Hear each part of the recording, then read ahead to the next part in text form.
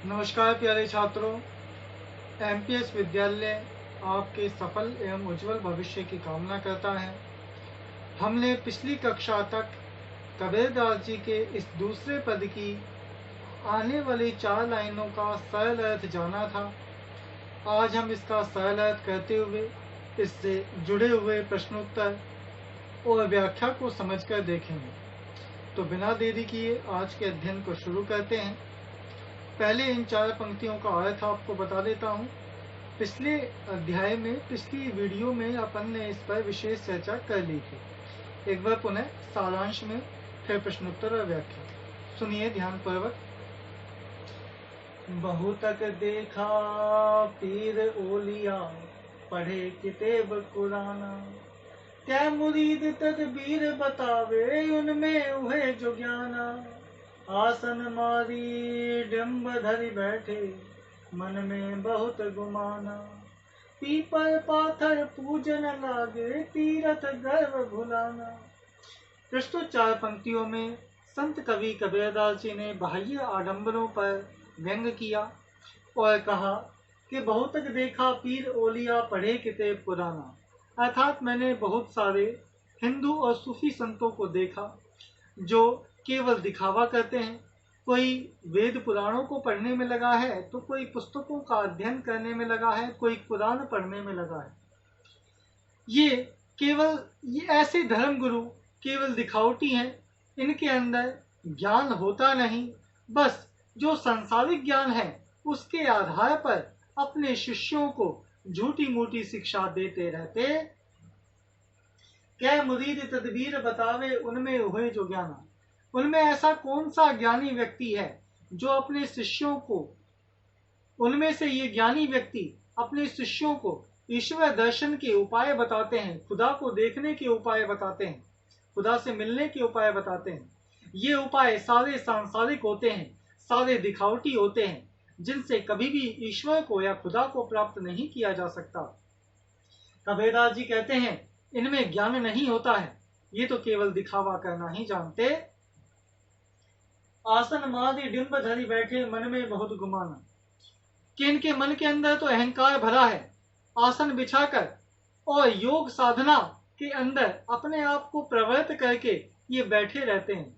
इनमें ज्ञान के नाम पर कुछ भी नहीं होता। पीपल पाथर पूजन लागे, तीरथ गए भुलाना। ये पीपल और पत्थरों की पूजा तो करने लगे और काशी जाकर, गंगा जाकर, काबा जाकर, वहां के तीर्थ स्थानों में स्नान करके अपने आप को पवित्र समझते हैं।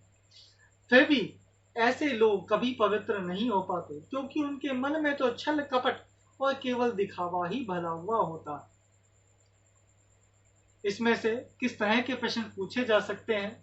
जैसे वो प्रश्न पूछ ले, कबीरदास जी ने पीर ओलिया को ज्ञान शून्य क्यों कहा, यानी कि जो हिंदू और सूफी संत हैं वो किस तरह ज्ञानहीन है। भाई हिंदू और सूफी संत क्या करते हैं? दिखावा करते हैं। हिंदू संत वेद पुराणों को पढ़ने में लगा है, तो सूफी संत कुरान पढ़ने में लगा। ऐसे लोगों में ज्ञान तो है नहीं। ये धर्म गुरु केवल दिखावा करते हैं और अपने शिष्यों को उसी दिखावे से ईश्वर या खुदा को प्राप्त करने का उपाय बताते हैं, जो कि कभी संभव ही नहीं।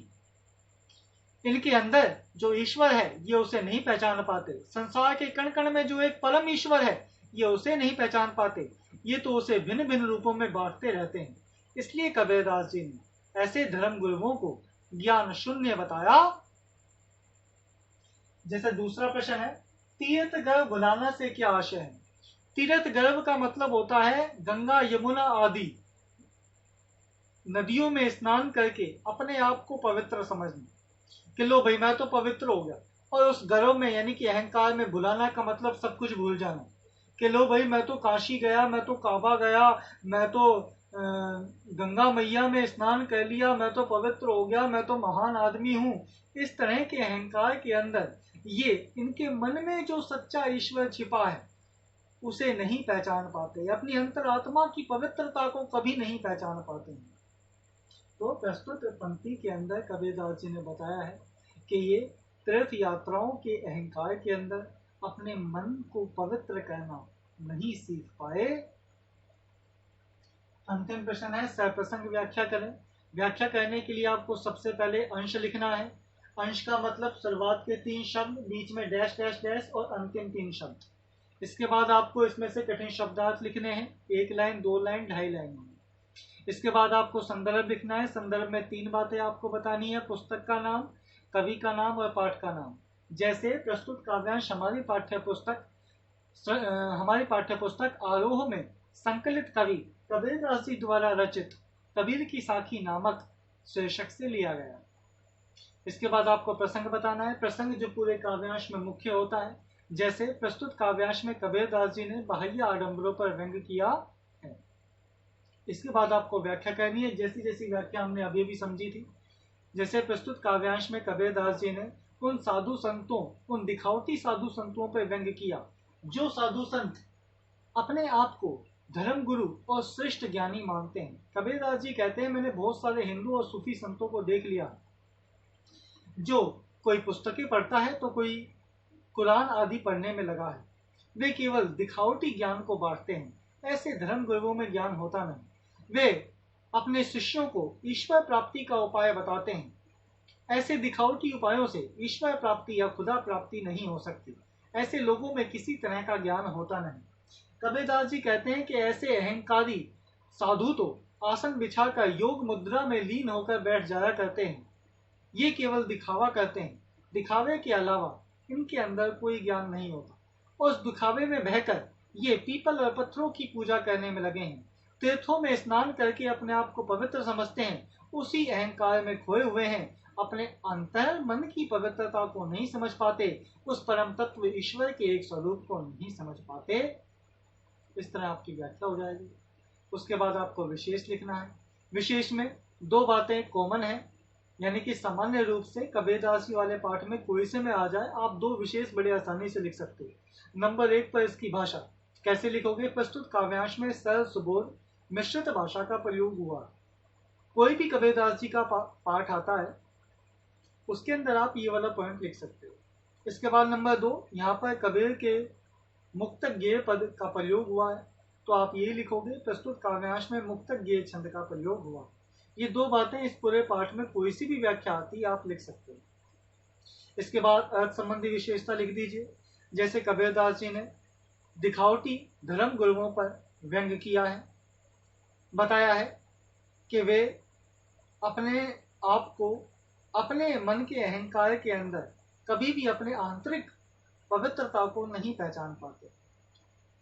यहाँ उपदेशात्मक शैली का प्रयोग किया गया है, यानी कि कबीरदास जी ने उपदेश के माध्यम से लोगों को समझाया है। इस तरह से आप इसके विशेष बना सकते हो। तो प्यारे छात्रों, आज का गृह कार्य आपका यही है। आपको इस काव्यांश को पढ़ना है, समझना है, इसके प्रश्नों के उत्तर लिखने हैं और व्याख्या करनी है।